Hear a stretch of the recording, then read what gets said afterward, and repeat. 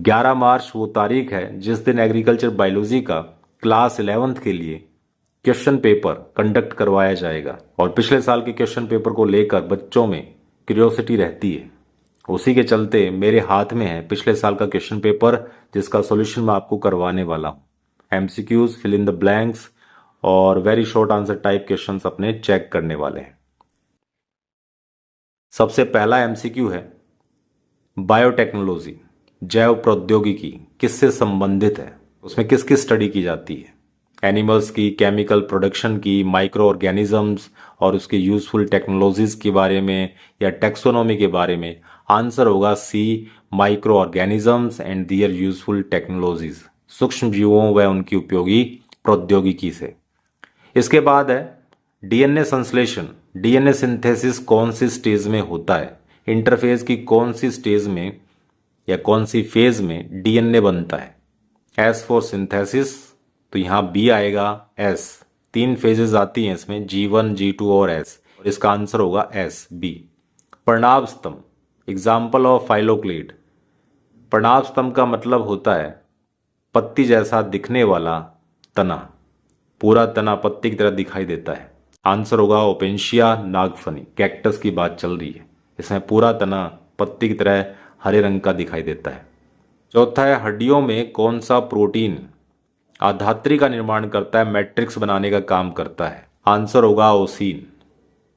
फिर है 5वां सवाल, एक परिपक्व परागकोश है, उसमें कितने परागकोष्ठ होते हैं? एक मैच्योर एंथर है, उसमें कितने चैम्बर्स होते हैं?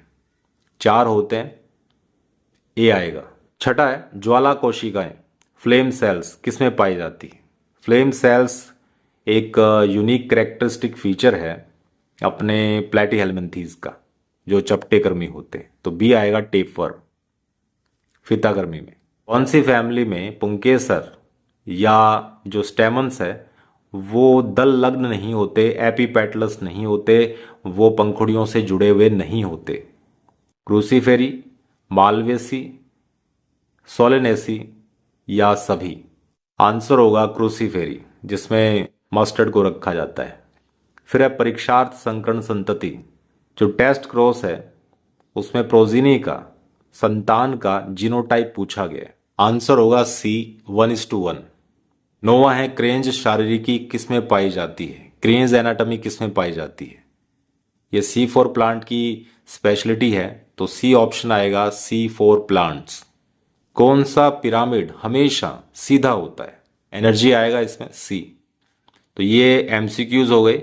अब अपने fill in the blanks check करेंगे। यहाँ पर पहला फिलअप है, आरबीसी में डैश वर्णक पाया जाता है। कौन सा पिगमेंट है वो आरबीसी में पाया जाता है? हीमोग्लोबिन आएगा यहाँ पर। अगला है, कौन से फैमिली में लिग्यूल पाई जाती है? पत्तियों में जीविका पाई जाती है। आंसर होगा ग्रैमिनी या पोएसी। वो कौन सी प्रोसेस है, वो कौन सा प्रक्रम है जिसमें जो लक्षण है, ट्रेट्स है, कैरेक्टर है, वो पेरेंट्स से अपने बच्चों में जाते हैं? हेरिडिटी लिख कर आ सकते हैं। अगला है, आनुवंशिकी का जनक, father of genetics, Gregor John Mendel को कहा जाता है। फिर है रेस्पिरेटरी क्वोशिएंट पूछा गया है एनारोबिक रेस्पिरेशन में, हमेशा कैसा होता है? एनारोबिक रेस्पिरेशन अवायवीय श्वसन का श्वसन गुणांक आरक्यू पूछा गया है।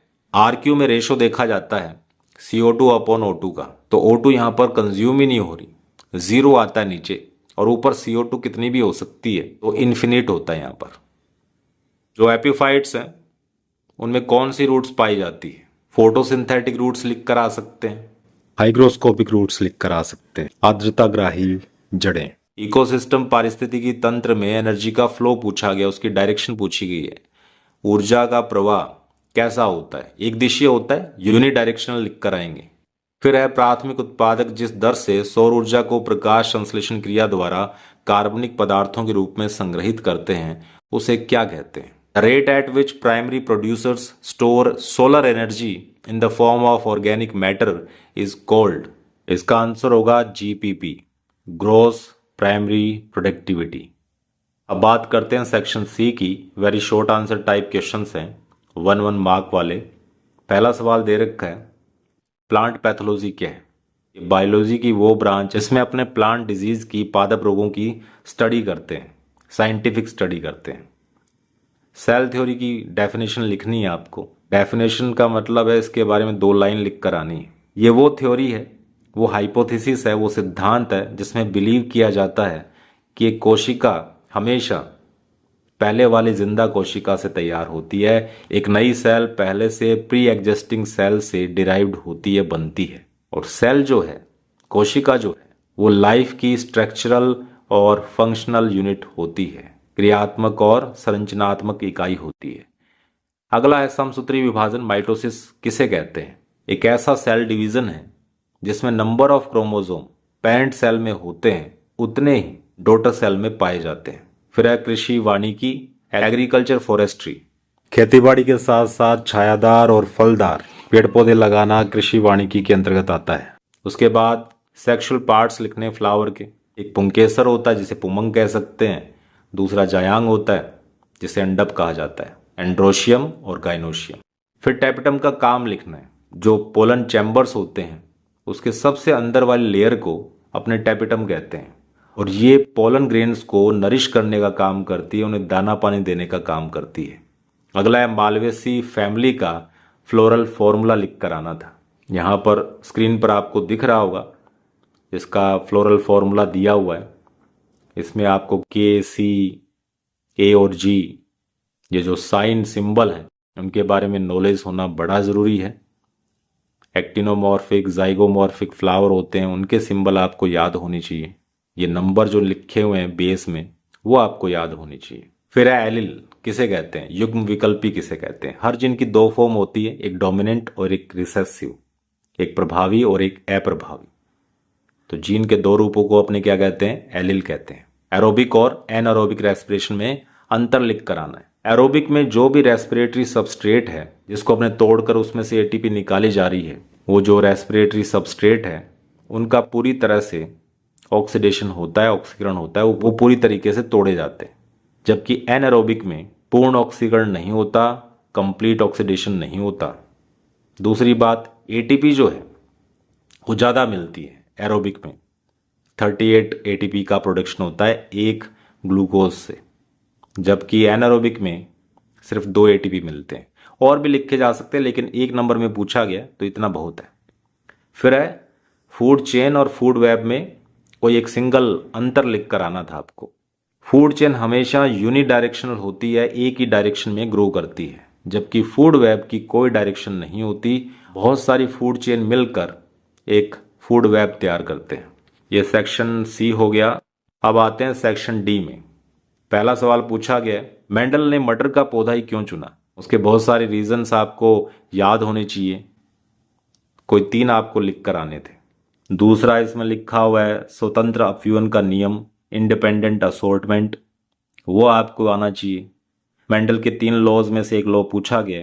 फर्मेंटेशन की प्रोसेस लिख कर आनी है। साइटोकाइन का यूज लिख कर आना है, प्लांट हार्मोन है ये, और एक बायोजियोकेमिकल साइकिल है उसको डिफाइन करना है। कोई 3 पॉइंट लिख कर आने थे। इकोसिस्टम का फंक्शनल नेचर पूछा गया, वो लिख कर आना था आपको। सेक्शन ई में 2 मार्क्स वाले क्वेश्चंस आ जाते हैं जिसमें एंडोक्राइन और एक्सोक्राइन ग्लैंड्स के अंदर डिफरेंस पूछा गया है। जेनेटिक्स के एप्लीकेशंस हैं, जेनेटिक्स कहाँ कहाँ काम में आ रही है, और जेनेटिक्स की 2 मेन ब्रांचेस आपको लिख कर आनी है। और ईटीएस इलेक्ट्रॉन ट्रांसपोर्ट सिस्टम पर शॉर्ट नोट डाल कर आना है।